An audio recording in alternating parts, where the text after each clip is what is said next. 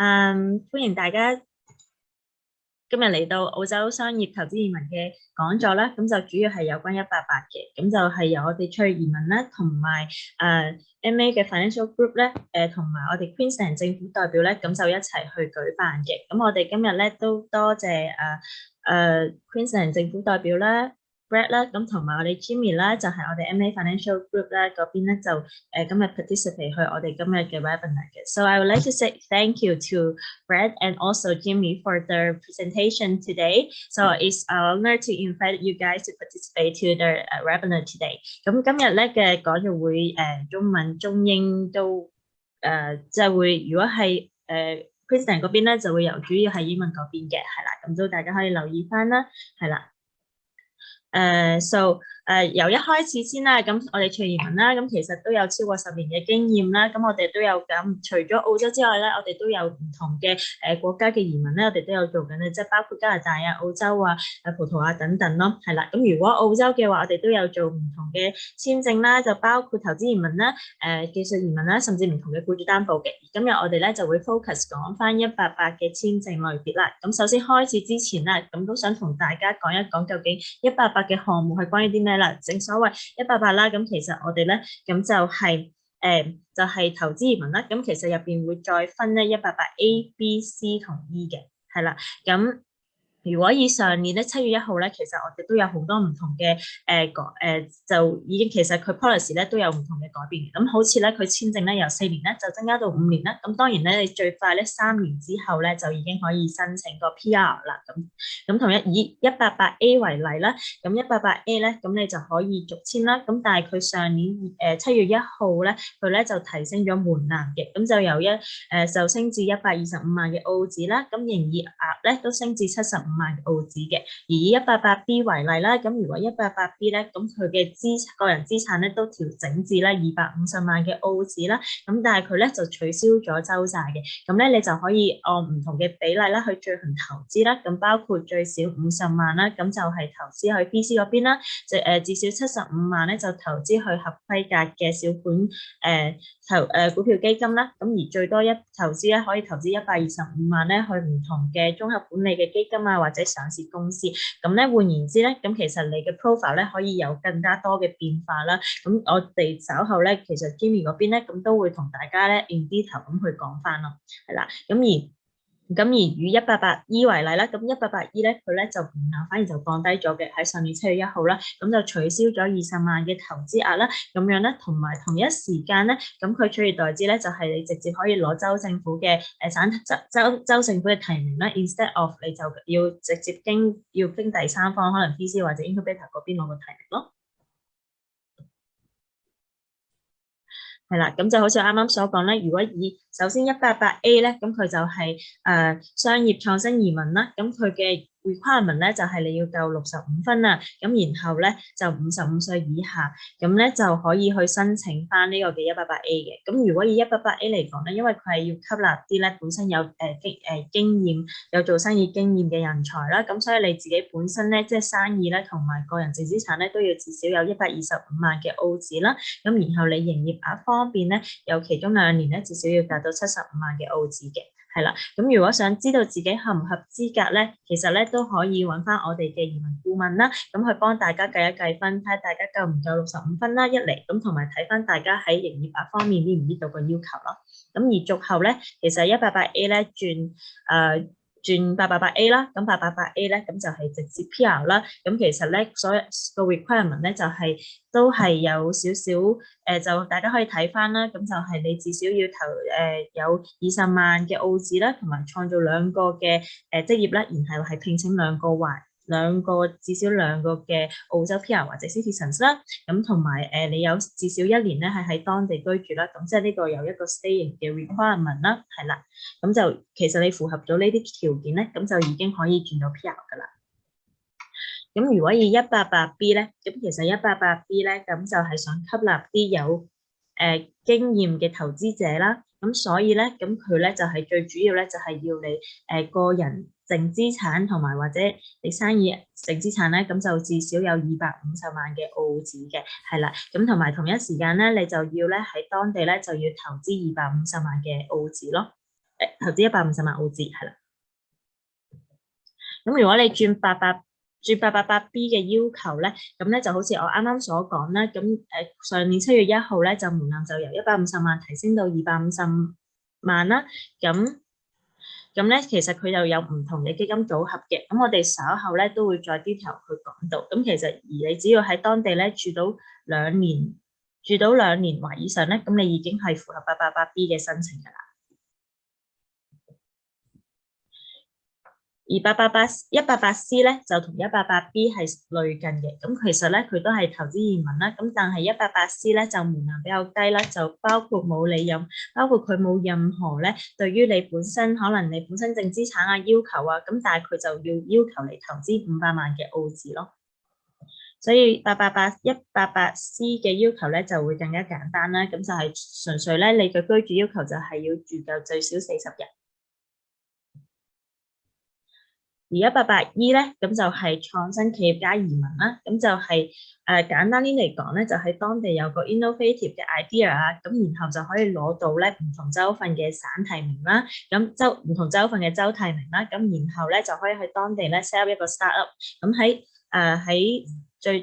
咁然後咧，你有咩條件要 fulfill 咧？咁就係55歲樓下啦。咁然後有一個valid 嘅 business plan 啦。咁然後咧，去攞到個省提名就可以㗎。咁佢就冇任何分數嘅要求啊，又或者冇任何你本身話要做生意或者你本身嘅資產嘅要求嘅。咁as long as你有一個 business plan， 有一個 idea 就可以㗎啦。咁同埋啱啱之前咧都有講到啦。其實188E喺上年7月1號咧就反而更加降低門檻啦。咁就取消咗至少20萬嘅投資金額嘅，咁所以咧申請咧門檻咧都比之前更加容易咯。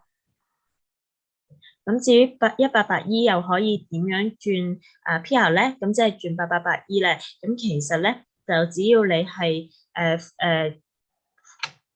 你係請到2個或以上嘅本地 PR 啦，或者 citizens 啦，又或者你年營業額咧最少有30萬啦，又或者你有一啲 patent 啊去申請，又或者你可以同到大學有唔同嘅合作啊各樣嘢啦，咁你啫就已經可以搣到其中2樣咧，咁你已經可以申請到888E啦 ，in which 就係直接 PR 嚟㗎啦。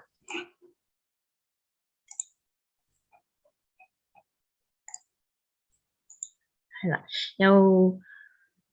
如果以188嘅申請流程啦，咁其實每一個 program 咧，佢都自己有自己嘅 processing time 嘅。咁如果詳細咧，可以問翻我哋呢邊嘅移民顧問啦。咁一般咧，我哋呢邊咧會幫你 get 到文件啦。而188A、B、C、E 都係一樣嘅，會幫你 get 到文件啦。咁然後咧就會去攞個 state 嘅 nomination 啦。咁然後咧攞到 invitation 之後咧，咁咧我哋呢邊咧就會去再幫你去申請翻188唔同嘅簽證啦。咁如果以188BC 為例啦，咁如果佢哋即係你要係 complete 嘅 investment 啦，咁就會都係要等你去完成體檢啊，或者無犯罪啊，咁咧政府嗰邊睇完所有文件冇問題啊，咁然後咧就可以去 complete 嘅 investment 啦，之後就可以攞到188嘅 visa。咁攞到188 visa 之後咧，就係過到澳洲當地啦 fulfill 到佢嘅各自嘅 living requirement 啦，咁同埋佢哋本身要求你轉888嘅條件啦，咁就已經可以去申請啦，同埋攞個 PR 噶啦。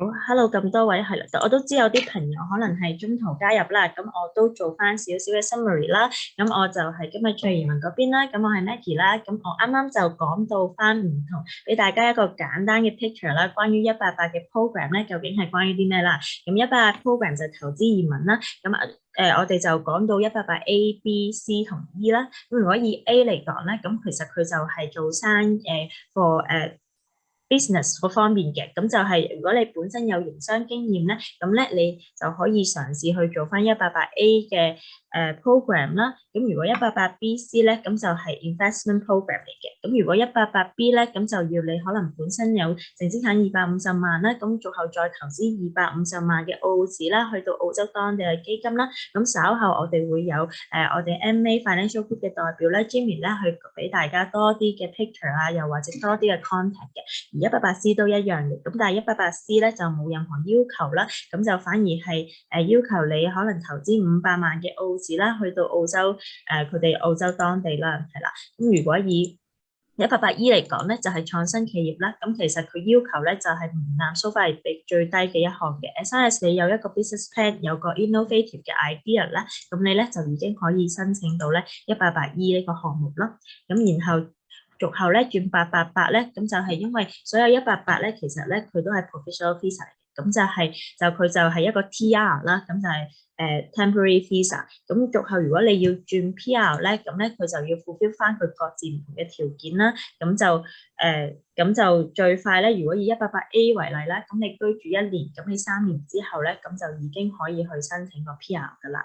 咁而家咧，我就大概俾到大家一個 brief picture 啦，關於188嘅項目啦。咁然後而家咧，我就想邀請翻我哋Queensland 嘅代表啦，咁就去講翻specifically 啦，就究竟我哋點樣可以攞到 Queensland 嗰邊嘅 nomination 啦。咁大家就可以聽一聽啦。咁當然啦，我哋都會有 Q&A session 嘅。如果大家有任何問題咧，我可以隨時喺翻個 inbox 度問啦。咁我哋就會抽大概2至3條啦，咁就去問翻我哋 Queensland 代表嗰邊嘅。So hi Greg. So I just finished my introduction. So maybe it's your turn now. I would like to pass it to you to talk about the requirements of Queensland and what's the benefits to move to Queensland and how can we get the state nomination from Queensland. So yeah.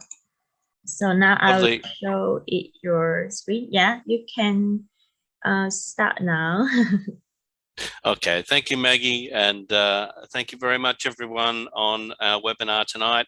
I'd like to thank MA Financial for inviting me along, as well as, of course, the Premier Visa Group. Great to be with you in Hong Kong tonight. Well, it's tonight here, early evening where you are. So wonderful to be here. I hope you learn a little bit more about Queensland for those of you who haven't been to our state before, and for those who have, hopefully you'll get some good memories coming back in. So my name's Greg McKean. I'm the manager of Migration Queensland. We are the state nominating body for the Queensland government to the Commonwealth government for business and skilled visas. So the state nominated business and skilled visas. So if for all business visas and you want to come to Queensland, you'll have to come through my organisation for the nomination, and we look forward to welcoming you to our state one day very soon.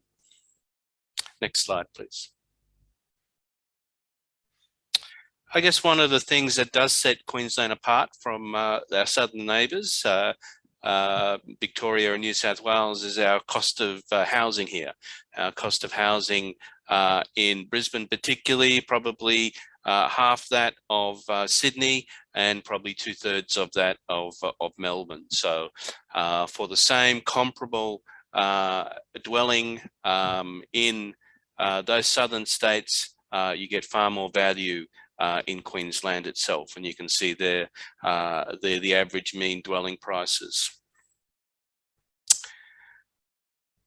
Why invest in Queensland? Well, a number of reasons. Probably the biggest one that's happened in the last couple of months is Brisbane being named as the Olympic city for 2032, right? So that's a big game changer in terms of the expenditure that'll be brought forward by the Commonwealth government into our state. A number of infrastructure projects will now be fast-tracked. A number of entertainment and tourism venues will also have the same sped up lifespan. So we'll be looking, so instead of the next 10 years when these projects were due to be finished, then they'll be ready in the next 5 years. So there's obviously a number of projects that are already underway in our city. So we have a brand new entertainment centre being built in the heart of the CBD of Brisbane. That'll house around 20,000 patrons to go see world-class acts that'll come into our city. The next picture there is the Queen's Wharf project. My building is actually, the Queensland Government building is the one on the far right-hand side, that's the only one that's been completed at the moment. Just beside us, the small cylinder type building, that's going to be the brand new Brisbane Casino and Entertainment Centre. So a great brand new establishment there. Behind the casino, you can see there is also 2 6-star hotels currently under construction. And that whole precinct there will be finished by end of 2023. So Brisbane will have a brand new sort of entertainment centre up near the government side of town, and we look forward to that as well. As you can see there, international education, tourism facilities, infrastructure I mentioned, so you can see the fast speed rail and our dedicated bus lanes we have here in Brisbane itself makes for getting around, which is quite a dispersed city. It means getting around very quickly and very easily on public transport. Now we move to our key industry sectors here. We are, oh, sorry, can we just go back one? Queensland food and agribusiness sector. We are the largest beef producer in Australia, so 50% of the cattle herd is located in Queensland itself. We also produce 1/3 of the nation's horticulture and primary produce, and of course we have a big value-added manufacturing industry that's being developed, and I think that's a great opportunity for people who are in that manufacturing sector, is that we have wonderful produce here in Queensland, all world-class, exported around the world, but a big opportunity I believe in the future is value-added manufacturing added to those particular primary producers. Next one, thanks. As I mentioned, we're already a big exporter already. Meat and livestock, obviously Hong Kong is one of our favorite export destinations for many years. So our best meat, our best seafood, our best raw products all come sometimes many overnight straight from the produce here into Hong Kong, into your fabulous restaurant sector that you have there. Next one, please. For Queensland as well, we've really embraced the renewable energy sector. You know, for 50 years, Queensland has been Australia's #1 coal exporter destination. We are the largest coal exporter in the world. We have a number of markets that we supply that to. But increasingly, we see that the renewable energy is going to be the way of the future. And of course, there's great opportunities for a whole raft of renewable energy activities in our state. One of the benefits of Queensland compared to other states is we have around 300 days of sunshine each year. So already there are some large solar farms that have been built in Queensland, and they're producing power for local communities in regional areas, and also being then put into the main electricity grid and earning money from that as well. But we've also seen wind farms. Hydrogen is the next big industry that we're looking to grow here. A lot of technology which has come in from Europe is being redeveloped for our local environment, and we see hydrogen as a major export in the next decade or so for Queensland.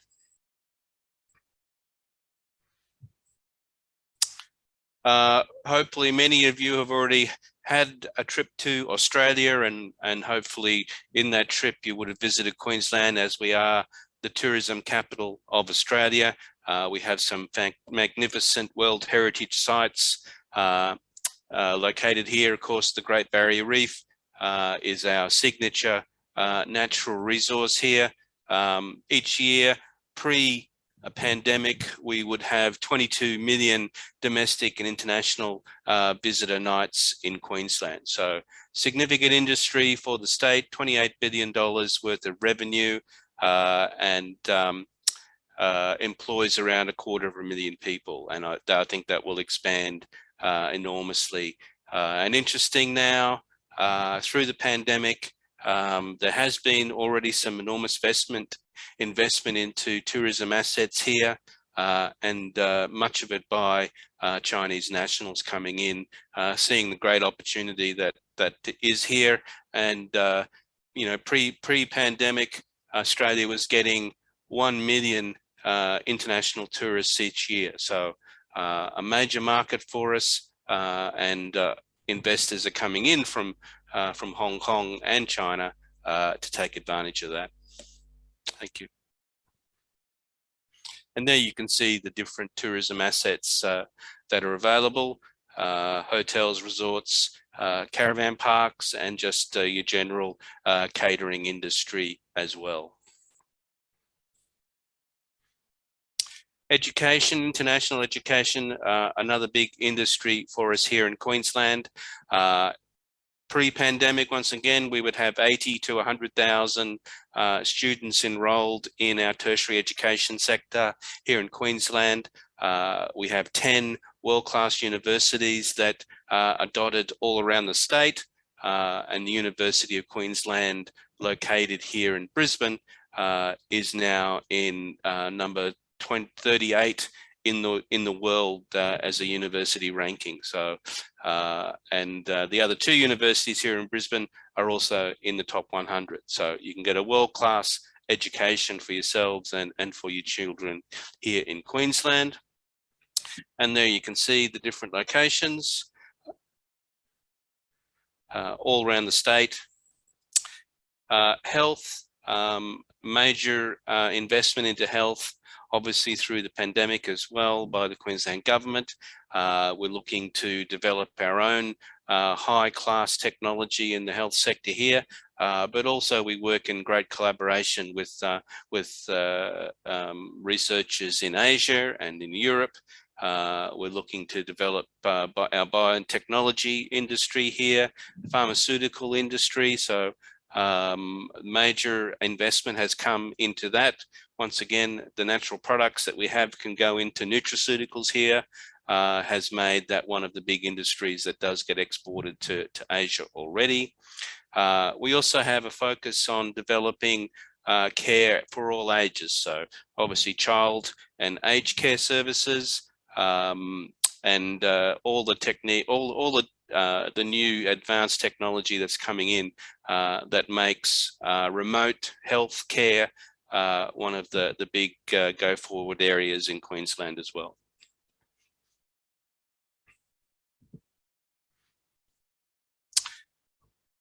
Okay, so we've been through that slide. There are some more quick, back to that one. Thanks, Maggie. I'll just point out a few things there.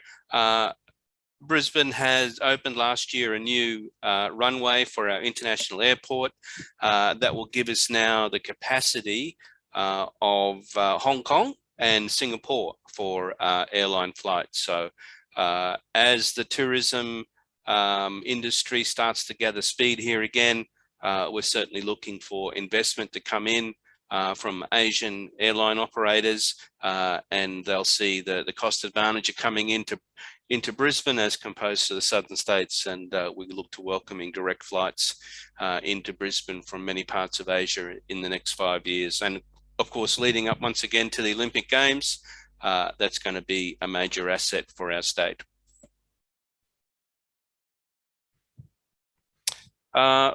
Yes. No, we'll skip that one. We'll skip that one, yeah. And so I mentioned earlier, Brisbane has been named the host city for the 2032 Olympic Games. A lot of our, Brisbane on the Gold Coast hosted the Commonwealth Games about 2 years ago. So we do have a number of facilities that were brand new built for that. There are also some new facilities, existing ones that are going to be refurbished.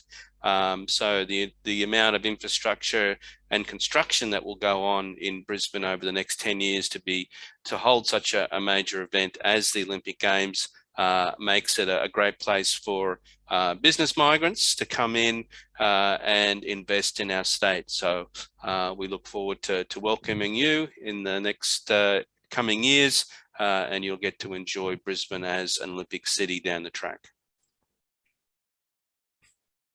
Just quickly, the investment that's coming in. Consultants have already estimated that the Olympic Games will bring forward about $17 billion worth of investment into Australia, and approximately half of that will come directly into Queensland. So that's an enormous amount of investment that's coming into the state. So at the moment, if you come in and invest in the next couple of years, you'll be in a greenfield state for when all of that investment comes into play. And of course, the asset value of all your investments will not only increase, but I think increase substantially. Now into our business program itself. As Maggie mentioned, we, as a state nominating body, we nominate for the business innovation stream, the 188A, the investor stream, 188B, significant investor stream, 188C, and the entrepreneur visa eventually. We're not doing that one yet, but I'll go into that a bit later.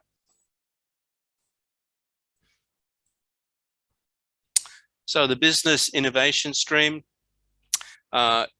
Maggie's already been through through the criteria. For Brisbane and the Gold Coast, we require a minimum of 400,000 to go into a business here in Queensland, and in regional Queensland, the investment is 300,000, right? And we do also require that the full 1.25 million be transferred to Queensland during the life of your your provisional visa here in Queensland. So that money can go into other investments. It can go into purchasing a lovely home here in Brisbane for you and your family to live as well. The 188B, the business investor stream, as Maggie said, 2.5 million goes into the complying investment regime by Austrade. In Queensland, we also seek an additional 500,000 as a minimum to be invested. Now that once again can be into a business, it can be into a home for you and your family to live here, but that just demonstrates to us that you have a genuine commitment of your family and yourself coming to Queensland.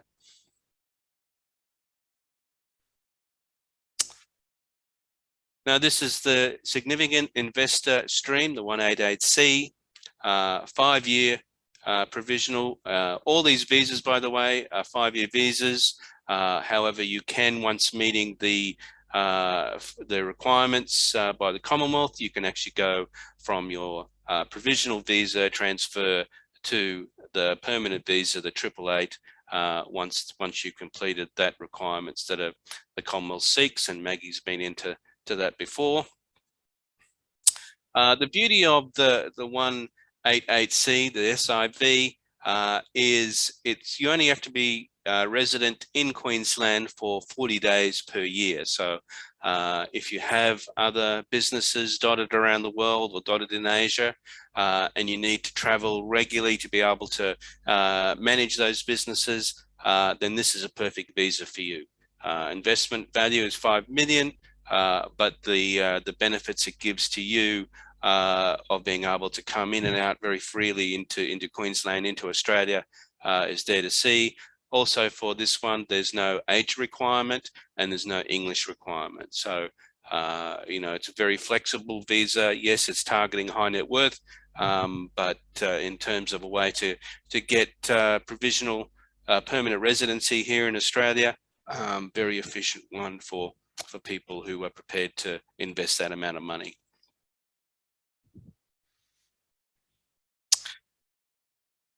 Now, the entrepreneur stream, Queensland has yet to decide its final criteria for this particular visa. So I can't say much about this right now. I know we're in discussions with our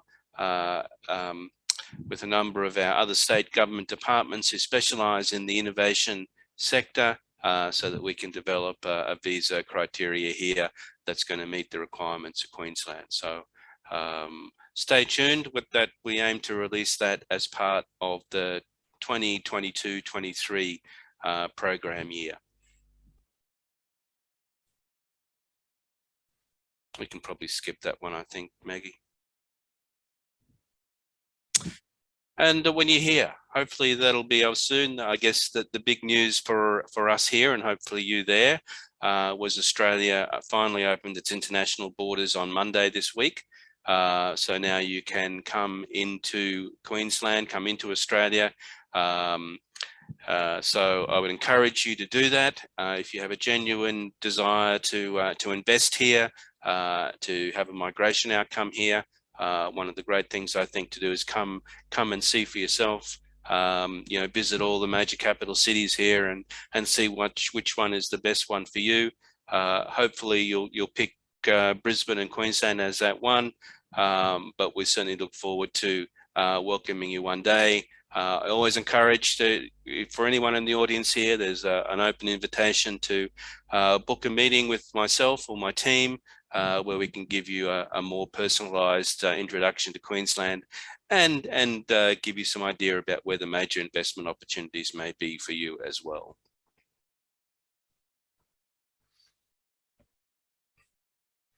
And we run regularly, a couple of times a year, we run investor roadshows. For last year, the Tri-National Beef Conference was held in Rockhampton. It's the largest beef conference in the world. Rockhampton is the beef capital of Australia, and you can see there the lady in the cowboy hat is our Premier, Anastasia Palaszczuk, and a number of our business migrants that went up for to hear about the investment opportunities available in the agribusiness and the beef sector. Later this year, we will actually do, in June this year, the next investor roadshow will be to the Sunshine Coast, which is about 100 kilometres to the north of Brisbane here. A brand new city is being built and developed there. It's a major tourist destination already, but it will have some enormous infrastructure built around it to be a major metropolitan city in itself. Population there at the moment is around about 150,000, but with the new city plan, town plan developed, that's expected to grow to 500,000 people in the next 10 years. So I hope that's given you a bit of background about Queensland and about my city, Brisbane. As I said, we welcome you to come now that the borders are open. We look forward to welcoming you one day, and I look forward to your questions later on as part of the webinar. So thank you. Back to you, Maggie. Thank you, Greg. So Greg have given us a very detailed information on Queensland about what's the benefits to move to Queensland and also the specific requirements of Queensland. So maybe let me recap a summary in Cantonese. So yeah, 啱啱 Queensland 嘅 representative 咧，咁佢都有講到咧，關於唔同咧，如果想做188A、B、C 或者 E 啦，唔同嘅188項目咧，咁究竟咧係有啲咩特別嘅 requirement 啦，或者我哋可以 fall back 翻少少啦，咁就去翻一開始啦，咁就好似如果以188A 為例啦，咁其實佢都除咗係政府嘅 requirement 啦，咁咧就係要有125萬啦，咁係啦，咁就要係 move to Queensland 嗰邊咧做個投資啦，咁同埋同一時間可能有最少嘅30萬嘅澳紙啦，咁就要喺 Regional Queensland 嗰邊啦，咁如果40萬咧，咁就要喺Brisbane 咧，又或者 Gold Coast Regions 嘅。咁詳情咧都可以問翻我哋嘅唔同嘅移民顧問啦，咁咧就會可以幫你計翻分數啦，同埋答翻你啦。咁如果咧以188B 為例啦，咁188B 咧就本身要證明你有至少300million 澳紙咧嘅 net assets 啦，咁同一時間除咗嗰250萬嘅澳紙啦，咁咧佢希望有另外50萬咧，咁就係 settle in Queensland 嗰邊啦。咁因為係任何形式都可以，包括可能你買樓啊，又或者各樣嘢啊，咁純粹要 prove 翻你係有呢個 desire 啦，去 stay 喺Queensland 呢個地方咯。咁而 188B 啱啱188C 啦，就係 significant investor stream 啦，咁就係投資500萬澳紙啦。咁啱啱都有講到啦，其實佢就係最 flexible 嘅 visa 啦，係冇任何英文嘅 requirement 啦，又或者 age 嘅 requirement 啦。咁但係相反，可能就會有一定嘅投資金額啦。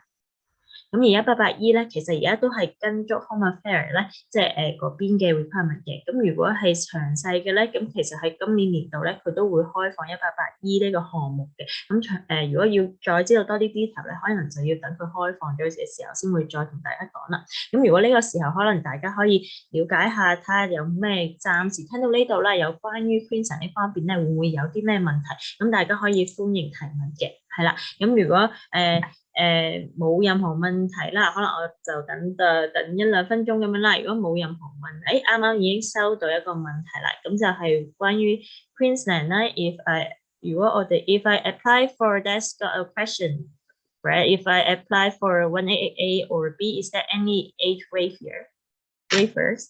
Like we will look at an age waiver, but we will require an investment of around $3 million for that age waiver. So double the normal requirement. So that's what we'll do. We haven't offered that when there was the 132 permanent visa. We offered the age waiver. We didn't offer it for 188 class of visas, but obviously now we will, but we still require a significant investment in Queensland to get the age waiver. So at least 3 million for the age waiver, right? OK， 好，咁大家就可能要留意翻啦。如果超過咗歲數咧，咁其實佢都會接受嘅申請嘅，咁但係可能就要多少少嘅投資金額啦，咁樣。So we got another question like when will the 188E flame launch? As you said, it's 2022 to 2023 year, but like any set time? Yeah, so we're in the final phases of developing this program for Queensland now. So you know, our aim is to have that as part of the new framework for 22-23 starting on the 1st of July.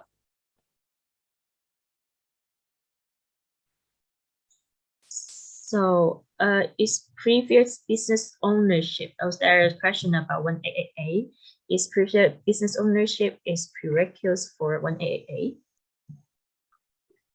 Yes, you must have a history of running a business where you are. So yes.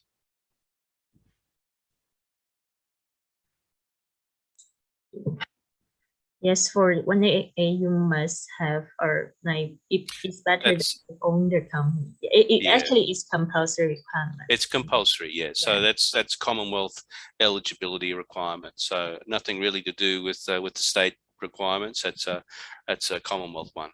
Yes, as we said, like 188A is like for the business owner. Yes, kind of like tailor-made for the business owners. Yeah. While for 188B is tailor-made for the experienced investor. Yeah. Experienced investor. So for that one, we looked at you know, the investor has had share portfolio, has had investments directly in businesses bought and sold, properties bought and sold. So it's really about demonstrating that you are an active investor in the market that you are. Yes, correct. So if you're a business owner, maybe we can advise you to do 188A program. So if you're a very experienced investor, we will suggest you to go for 188B instead or 188C. But 188C will have a larger investment amount. So it's 5 millions. Yeah. If you've got a really great ideas like or some innovative idea, then maybe you can go for 188E. But for Queensland right now, it's still like at the final stage for 188E. Yes. Yes. 如果係有更加多問題，可以同翻我哋 consultant 嗰邊了解翻啦，係啦。And also, there's one more questions for I would like to ask 188E is that like West Australia has confirmed that there's no additional requirements for 188E. So they would like to know, like, is that very difficult for Queensland? Like also New South Wales has announced the 188E requirements. As you know, it have to go through BD and also incubator. Will Queensland be like the same, or it will be similar like West Australia, like there's no special? Okay, there hasn't been a final decision made on this at this stage, but the New South Wales model is probably one that we're looking at quite closely. Okay, thank you.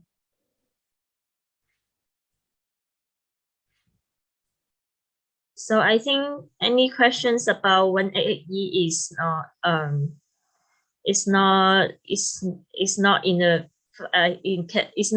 the discussion table here because there's nothing. Oh, I'm sorry.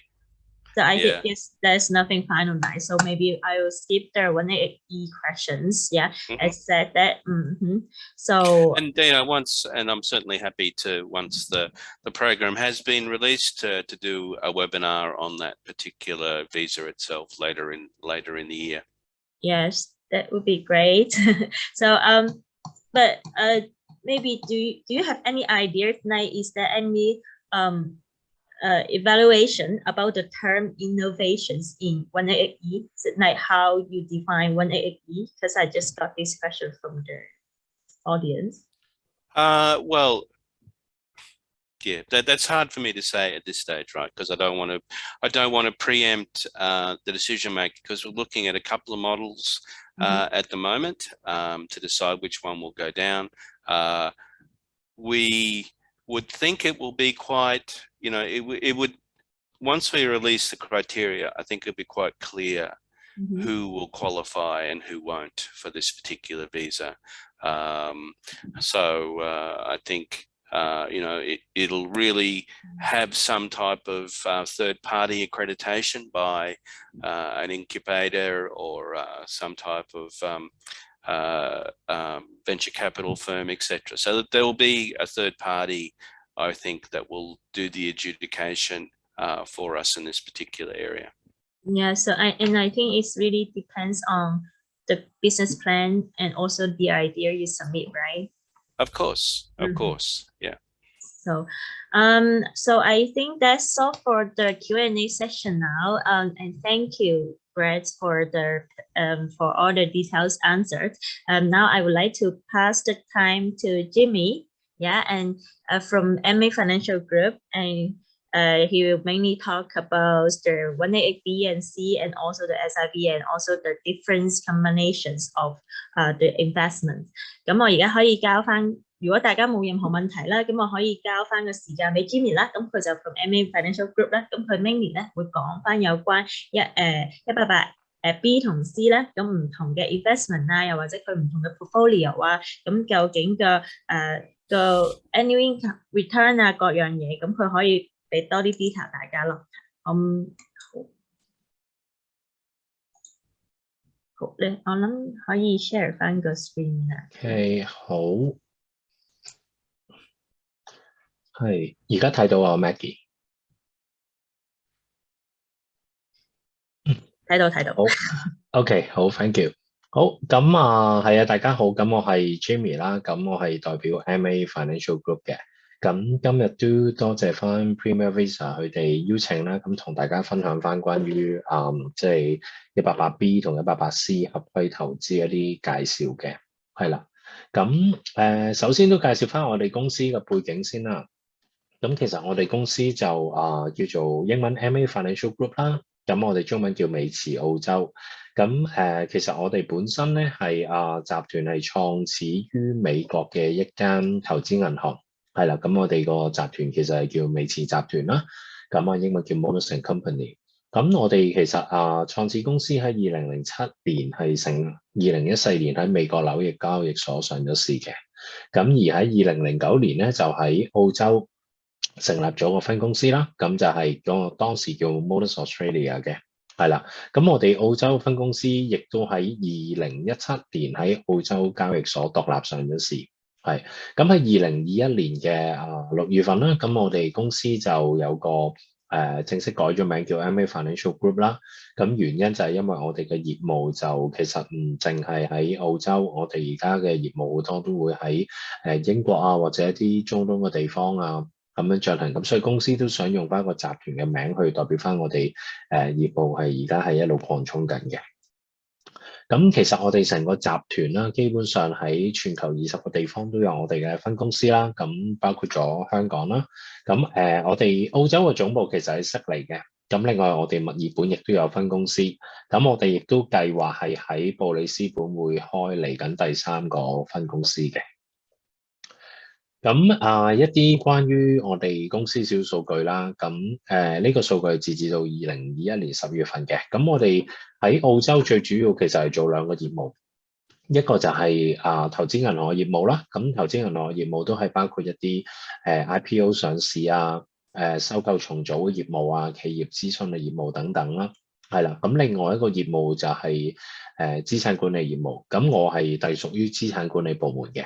咁我哋而家澳洲嘅公司其實個資產管理規模咧就係去到69億澳幣，接近70億澳幣嘅，係啦。咁我哋成個澳洲而家個員工人數咧已經超過400名嘅同事㗎啦。咁全球我哋嘅 group 咧就超過1000名嘅同事嘅，係啦。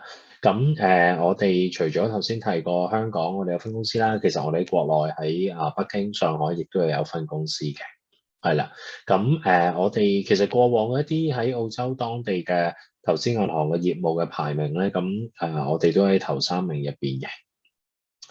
咁呢度亦都會係見到啦，就係我哋譬如喺一啲投資銀行嘅重組嘅業務或者係一啲投資業務嘅規模上邊咧，咁我哋過往嘅排名啦，都喺頭3名入邊啦。咁其實亦都係見到個排名都會比一啲國際知名嘅投資銀行為高啦。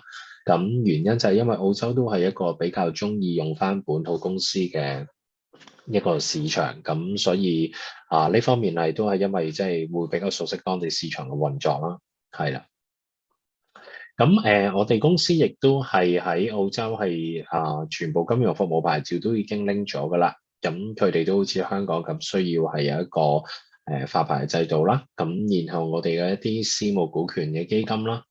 亦都係同政府註冊咗啦。咁另外頭先提及過，我哋都係一個上市嘅機構啦。咁所以其實大家都可以隨時去翻澳交所嘅網站，咁揾翻我哋公司嘅代號啦 ，MAF 就可以睇到晒我哋所有業績嘅資料。咁我哋公司啱啱都喺上個星期啦，就公布咗上一年嘅業績嘅。咁上年嘅業績亦都係我哋非常好嘅一年，咁所以大家有興趣可以去翻澳交所網站睇到我哋嘅業績。咁呢度就會係見到呢一版啦，就係我哋公司嘅資產管理部門嘅管理團隊啦。咁我哋嘅主管係 Andrew Martin 啦，我哋嘅主席係 Richard Collis 啦。咁一陣都會同大家講下佢哋同 SIV 過往有啲咩關係嘅。咁我哋而家其實最主要都係服務緊3類型嘅客人啦。咁第一類就係一啲機構嘅投資者啦。咁我哋包括都係服務緊一啲中東嘅主權基金啦。有一啲歐洲嘅儲蓄銀行啦。咁佢哋都係我哋嘅一啲機構客戶嚟嘅。係啦，咁佢哋可能有一啲資產喺澳洲需要去幫佢管理嘅等等。咁另外當然就係一啲澳洲本土嘅叫做高淨值同埋零售客戶啦。咁佢哋最主要都係有一啲財富管理上邊啦，或者係理財嘅需要，咁我哋都有啲產品係幫佢哋去配合嘅，係啦。咁第3就係一啲國際高淨值嘅客戶，咁呢一個咧就會係講緊一啲投資移民嘅客人啦，咁同埋就係一啲非投資移民嘅客人啦。咁近呢2年我哋喺香港都接觸到一啲唔係做移民嘅客人，佢哋可能想有一啲資產係分散喺其他地方。包括澳洲咁樣，咁所以我哋都有一啲金融嘅產品係可以幫到佢哋嘅。咁呢版咧會見到就係我哋過往同 SIV 咁呢個188C 嘅簽證有咩關係啦？咁其實小背景咧，因為2012年先正式有 SIV 188C 呢個簽證，咁其實就係當時Andrew Martin 同埋 Richard Collins 同前移民部部長啦，咁去提議翻澳洲政府可以做呢一類型嘅簽證，咁而澳洲當時嘅政府亦都接受咗呢一個建議啦，咁所以其實我哋由2012年開始咧，都同好多政府移民部嘅關係係非常好啦，同佢哋去好多譬如中國亞洲地區去做一啲介紹，一啲 roadshow 去介紹翻 SIV 呢個簽證嘅。咁同埋而家 Andrew Martin 亦都係澳洲金融服務委員會 SIV 工作小組嘅主席。咁所以好多時可能喺移民政策上面有一啲諮詢，我哋公司其實都有好多意見可以回饋翻俾政府嘅。咁頭先第一部分就簡單介紹咗關於公司嘅背景，咁第二部分可以講翻就係關於成個合規投資框架嘅重點嘅，係啦。咁因為而家其實188B 啦同188C 啦兩個簽證都係用緊同一個合規投資框架嘅，係啦。咁最主要就分開咗3個部分，係啦。第一個部分就係20%嘅部分，就係叫做一個創投嘅部分啦，就係呢個部分。就需要投資翻一啲 VCPE 即係風險投資同私募股權嘅一啲基金啦，係啦，最主要就係一啲非上市嘅基金，係啦，呢啲係一啲私人公司嚟嘅，咁而佢個市值係要細過2.5億澳幣，係啦，咁另外30%係要投資翻一啲叫做新興小市值嘅企業，咁而呢啲公司係要上市公司嚟嘅，咁佢嘅市值係要細過5億澳幣。咁所以呢個部分有陣時會聽到叫 small cap 或者我哋叫做一啲中小型嘅上市公司，係啦。咁呢個部分除咗一啲呢個要求之外，其實入邊都有好多一啲細嘅條件啦。咁係需要去配合翻，咁先至叫做一個合規嘅投資嘅。咁所以喺呢個部分，其實基金經理都有好多一啲條件啦、啲限制咧係要滿足到嘅。咁依20% 同30% 都係一啲叫做我哋硬性規定嘅部分啦。咁所以基本上投資者係一定要最低係投資個比例嘅。咁而50% 就係我哋叫做一個均衡嘅投資。咁喺呢個部分咧，其實就係投資者啦，叫做可以因應翻自己嗰啲風險取向，咁去選擇翻佢嘅組合。咁因為呢個範圍咧，我哋都可以選擇有3個類型啦，包括係商業房地產啦、股票啦，或者係債券，係啦。咁呢3個類別都係俾投資者係可以按翻佢哋嘅風險去擺翻喺個組合入邊嘅。咁因為我哋本身MA Financial Group 啦，咁其實都係一間基金公司，咁所以我哋3個唔同嘅範圍咧，其實我哋都各有自己管理嘅基金去幫翻我哋嘅一啲投資移民嘅客戶啦，咁係俾佢選擇翻嘅。咁基本上20%同30%嘅部分，我哋都會各有一隻基金俾投資者去選擇啦。咁而去到50%嘅部分，咁其實我哋呢一刻都有10個基金。10隻基金係俾投資者去揀嘅，咁視乎翻佢哋個即係風險偏好啊，或者佢哋會唔會對邊啲資產類別特別有興趣，係啦，咁呢個都係可以喺去配置佢哋組合嗰陣時，我哋會幫佢去一齊去傾啦。咁第3部分都會講多少少唔同部分，佢有冇啲咩一啲嘅細節嘅。咁由20% 我哋風險投資嗰個部分開始講起啦。咁其實我相信比較多投資者係喺呢一個部分係會覺得比較擔心啦，或者覺得係風險比較大啦，係啦，或者唔係好熟悉啦。咁基本上其實呢一個範圍就係投資緊頭先提過一啲我哋叫做私人公司未上市嘅，市值係要細過2.5億澳幣。咁即係話，如果折合翻港紙，即係佢要投資翻一啲公司個市值係要細過大概十零億港紙啦。咁所以其實代表即係唔係一啲好細型嘅公司嚟嘅，可以係一啲中小型公司，只不過佢係未上市等等，係啦。咁其實成個喺呢一個投資世界入邊咧，都係牽涉到好多唔同嘅階段嘅公司啦。因為我哋經常會聽到可能係有一啲叫做startup 初創嘅公司啊。係喺最早期啦，咁然後開始一路去做一個成長，咁可能有啲天使投資人啊去投資，然後再有個擴張期風險投資，再去到一啲私募股權，咁然後再預備上市等等，咁其實呢一個範圍都係屬於我哋叫做創投呢個部分嘅。咁而我哋嘅公司咧就見到就係主要嘅投資策略就係會淨係投資翻一啲擴張期嘅公司，就係呢一個階段入邊。咁因為呢一個階段嘅公司佢相對風險會比較低啦，咁同埋佢哋個退出時間會比較短啦，投資期比較短。咁呢個亦都係配合翻我哋一啲投資移民嘅客人嘅。係啦，因為其實喺呢一個範圍入邊，譬如好似香港有一啲例子就係譬如 Wharf 咁樣，咁其實佢都係屬於一啲未上市嘅公司。咁即係如果以 Wharf 為例子，佢開頭都係一間初創公司，然後一路去發展，一路擴張，直至到而家可能已經大家會聽到可能有啲 A 輪、B 輪、C 輪嘅融資，直至係預備上市。咁所以其實呢啲公司都係一路發展緊嘅。咁但係我哋就只要會集中投資翻啲後期嘅公司，係盡量控制翻個風險啦，係啦。咁我哋都有一啲因為我哋都做得比較耐啊，咁所以其實我哋都有好多過往嘅業績，其實平均嘅投資嘅回報大概都係喺呢一個2.5倍左右啦，即係唔同公司嘅投資。咁同埋其實大家澳洲有一個財經網站叫 Financial Review 嘅。咁可以上去睇翻啲財經新聞啦，咁其實都會經常發現到我哋嘅公司名啦，或者上邊啦，就係有一啲可能成功退出嘅個案啊，或者我哋係新投資咗啲咩公司啊，咁其實都係可以上去參考到嘅。咁另外再落去啦，就係30%個部分啦。咁其實呢一個頭先提及過就係一啲上咗市嘅公司，咁但係佢個市值要細過5億澳幣嘅，咁即係一啲我哋叫中小型嘅上市公司啦，係啦。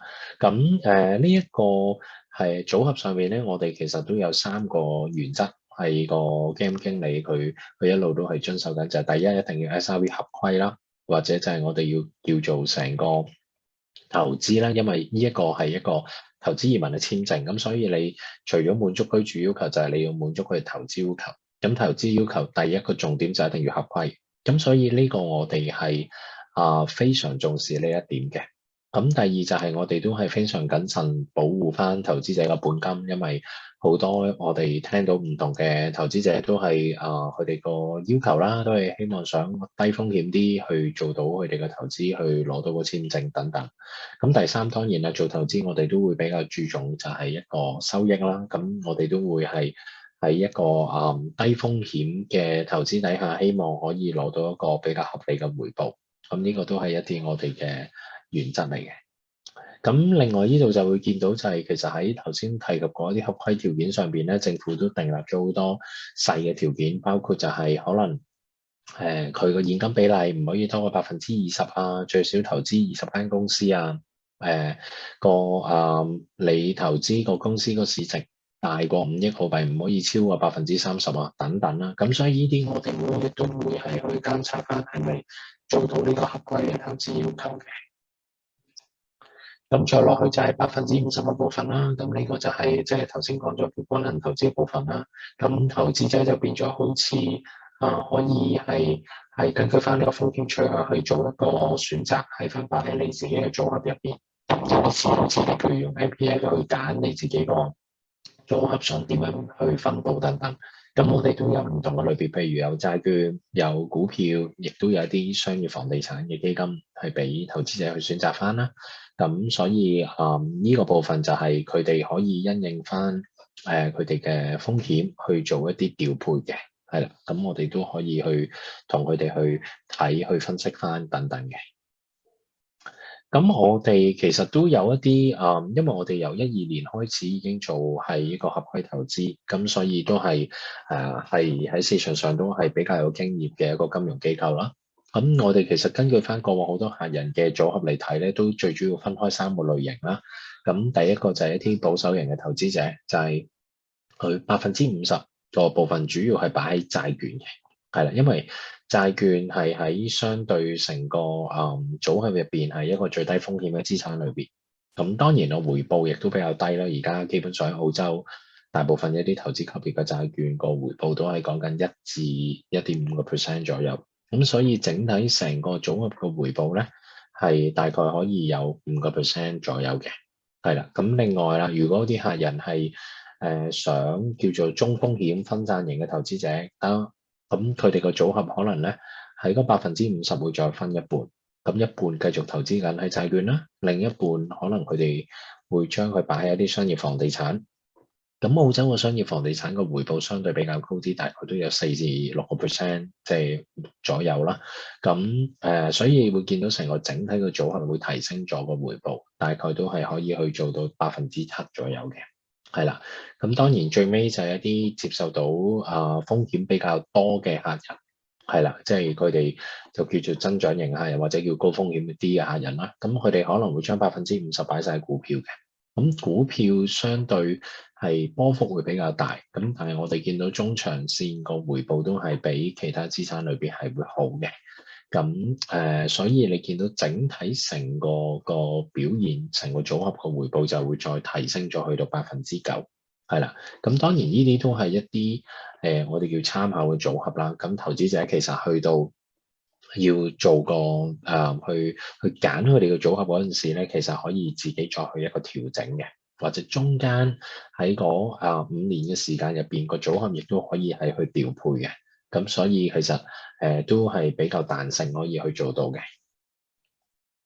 咁另外我哋其實公司頭先提過，除咗做緊一啲投資移民嘅項目啦，咁我哋亦都有一啲叫做非投資移民嘅基金或者一啲產品啦，係幫翻一啲投資者啦。咁其實佢哋可以都係有一啲利息嘅回報可以收取到，都係一啲低風險嘅類別。咁如果有興趣，大家可以再同我哋聯絡啦。係啦，咁基本上大致就係講緊一個今日同大家介紹翻一啲關於合規投資嘅一啲內容。咁大家可以睇下，如果有啲問題嘅，亦都可以隨時發問嘅。多謝 Jimmy 咁詳細嘅解釋啦，我相信大家對於188BC 咧都會有更加深入嘅了解㗎啦。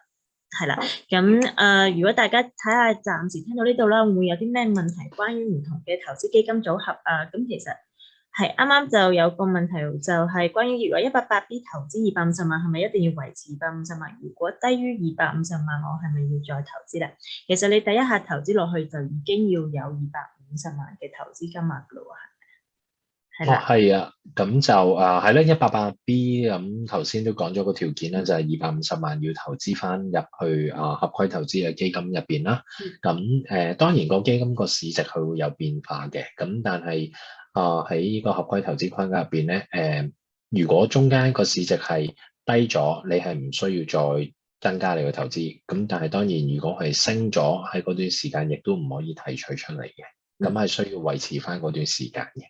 係啦，咁我都講多少少啦，咁我哋之後可以consultant 嗰邊可以再同你解釋翻啦。咁其實好似門檻咧，就係一定要投資250萬嘅。咁喺你 complete 咗你嘅攞完無犯罪啊同埋 body check 咧，咁你要有個record show 到你係 complete 咗250萬嘅 investment 咧，咁先會正式批個188B 嘅 visa 俾你嘅。咁續後咧就係同 MA 嗰邊傾翻啦。咁我哋呢邊咧都會 share 翻 content 啊，同埋同大家即係中間做翻 communication 啊。究竟我 portfolio 可以點樣俾啦？咁好似啱啱 Jimmy 都有講啦。如果保守型就最少都有5% 啦。咁如果你增長型嘅，其實可以去到9%。咁當然啦，呢個係到時要睇一個 portfolio 究竟可以點樣去配合各樣嘢啦。咁續後就係你要4年之後先可以攞翻個投資金額出嚟咯，係啦。睇大家暫時會有啲咩問題咧？初創嘅啱啱都有個問題，關於初創嘅基金有冇得選擇咧？係初創嘅部分，因為即係20%係一個硬性嘅規定啦。咁以我哋公司為例咧，我哋又有一隻基金去俾翻投資者啦。咁而個基金入邊其實係一個組合嚟嘅。咁我哋一般嚟講入邊都投資緊15至20間公司，係啦，咁就會由基金經理去揀翻邊啲公司去做投資入邊。咁所以其實都會喺我哋嘅投資者嚟講咧，其實佢哋都會係知道佢個組合係投資緊邊啲公司。咁當然啦，呢個部分我哋就變咗未必係個投資者話我想係買邊一間公司咁樣，咁其實就會由個基金經理去決定嘅。係啦，咁不過啱啱之前都有講啦，咁其實初創嗰方面啦，咁如果20% 咧就係政府嘅要求啦，即係硬性規定啦。咁但係其實咧佢都唔係即係真係完全一間啱零 concept 嘅公司啦。咁就係其實佢已經過咗孵化嗰個階段㗎啦。咁其實已經係有即係 slightly mature 嘅公司啦。咁但係之後都會可以俾翻 detail 嘅 portfolio 嗰樣嘢俾你哋揀翻咯。係啦，就都有得選擇嘅。係啦，咁只不過20% 就係一個 must 咯。係，睇下暫時大家會唔會有咩其他嘅問題？好，係，可以啊，咁轉頭可以聯絡翻我哋嘅 consultant，咁我哋都會 send 翻相關嘅 report 啊，又或者啱啱今日present 嘅 deck 俾翻大家睇嘅，係啦。咁如果嗱，好似如果我哋再有另外一個問題咧，就關於話are we subject to Australian tax for any gains during the investment period？ 咁如果我哋即係within X 4年啦，咁如果我哋有即係賺到錢啦，咁我哋要唔要都要俾翻澳洲嗰邊嘅稅咧？係啦，咁澳洲嘅稅咧，咁一般我哋都會建議揾翻稅務會計師啦。咁但係都可以分享少少，就係其實喺澳洲產生嘅所有嘅收入都一定係要交稅㗎啦。無論你係存款、你定期利息賺到嘅錢等等。咁但係最主要澳洲都係分翻你係稅務居民定係非稅務居民啦。咁如果係喺188C 我哋叫做或者188B 一個臨時居民嘅身份，咁你係一個非稅務居民底下咧，其實一般澳洲都係只會收一個叫代繳稅嘅啫。咁喺呢個情況底下，就會係個金融機構佢係喺你賺到嘅 income 就會幫你交咗稅俾政府，咁你哋就唔需要自己報稅噶啦。咁但係當然，如果你個身份係一個稅務居民嘅話咧，咁 suppose 就會係需要係自己去報稅嘅，係啦。咁但係最好都係喺稅務上面嘅問題啦，都係揾翻 tax advisor 啦，冇錯。係啦，咁都多謝 Jimmy 答啦，咁冇錯啦，咁就其實都講多少少，如果稅務居民咧就要喺當地居住至少183日啦，咁先會成為當地嘅稅務居民嘅。咁如果詳情可能都要問翻稅務司嗰邊啦，又或者我哋 consultant 嗰邊咯，係啦。睇下大家暫時仲有冇咩其他問題，關於如果按投資基金組合啊嗰樣嘢。咁如果續後啦，咁大家真係有興趣呢個項目啦，咁其實我哋都會聯絡翻即係MA Financial Group 嗰邊咧，又或者 share 翻相關 contact 啦，咁大家續後可以知得多啲更加唔同嘅 investment 嘅 profile 咯，係啦，咁我哋呢邊都可以幫手再可能 individual 啊 set up 一個 meeting 啊，咁大家可以了解更多自己 portfolio 啦，咁就更加有信心繼續go ahead 去做188B 或者 C 嘅項目咯。咁當然啦，好似我頭先所講，其實188B 同 C 咧，一開始我哋收集完文件啦，咁其實都要先攞個 state 嘅 nomination 啦，咁續後咧，咁先我哋呢邊再申請188嘅時候咧，嗰個時候先要 complete 嘅 investment 嘅，咁所以大家都有好多唔同嘅都有充足嘅時間啦，去準備翻嘅基金啊、流動基金啊各樣資金啦，咁同埋去 make 翻個 decision， 究竟我到時嘅 portfolio 可以點樣做咯，係啦。咁我諗如果大家冇任何其他問題啦，咁我哋今日嘅 meeting 就差唔多啦。咁最後咧我都想多謝翻今日 presenter 啦。I would like to say thank you to our presenter from MA Financial Group, Jamie, and also from the Queensland government. Great. So for the presentation today and also all the information provided today, thank you so much for participation and also all the audience for spending the evening with us. So for if you've got any questions about the Queensland government and or from the about the MA Financial Group, you can ask back to our consultants, and then we will deliver the message or the questions to Brad or Jimmy, and then we will further get back to you. So thank you for today, and I hope to see you guys soon. And also, I hope to have another meeting with Brad about the 188E. So I believe as you can see, there's a lot of questions about 188E today. So thank you and have a good evening, guys. Thank you, everyone. Thank you. Thank you, everyone. Thank you, Maggie. Thank you, Jimmy. Thank you, Brad. Thank you. Nice Thank you. to be here. Bye-bye. Bye-bye. Bye-bye.